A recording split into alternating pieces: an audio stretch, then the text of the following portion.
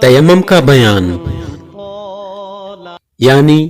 اگر تم بیمار ہو یا سفر میں، یا تم میں کوئی پاخانے سے آیا یا عورتوں سے صحبت کی اور پانی نہ پاؤ تو پاک مٹی کا قصد کرو،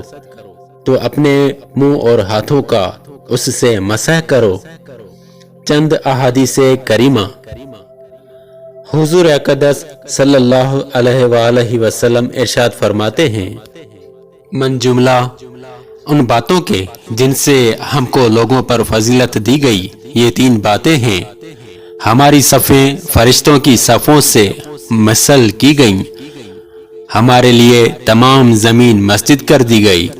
جب ہم پانی نہ پائیں تو زمین کی خاک ہمارے لیے پاک کرنے والی بنائی گئی۔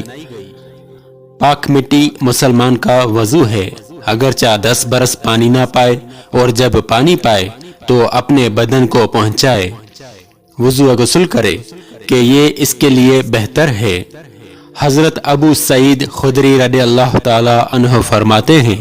کہ 2 شخص سفر میں گئے اور نماز کا وقت آ گیا مگر ان کے پاس پانی نہ تھا، مجبوراً پاک مٹی پر تیمم کر کے نماز پڑھ لی۔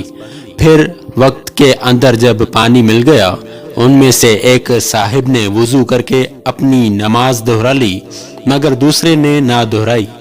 پھر جب خدمت اقدس میں حاضر ہوئے، اس کا ذکر کیا تو جس نے نماز دہرائی نہ تھی اس سے فرمایا تو سنت کو پہنچا اور تیری نماز ہو گئی، اور جس نے وضو کر کے نماز دہرائی تھی اس سے فرمایا تجھے 2 ثواب ہے۔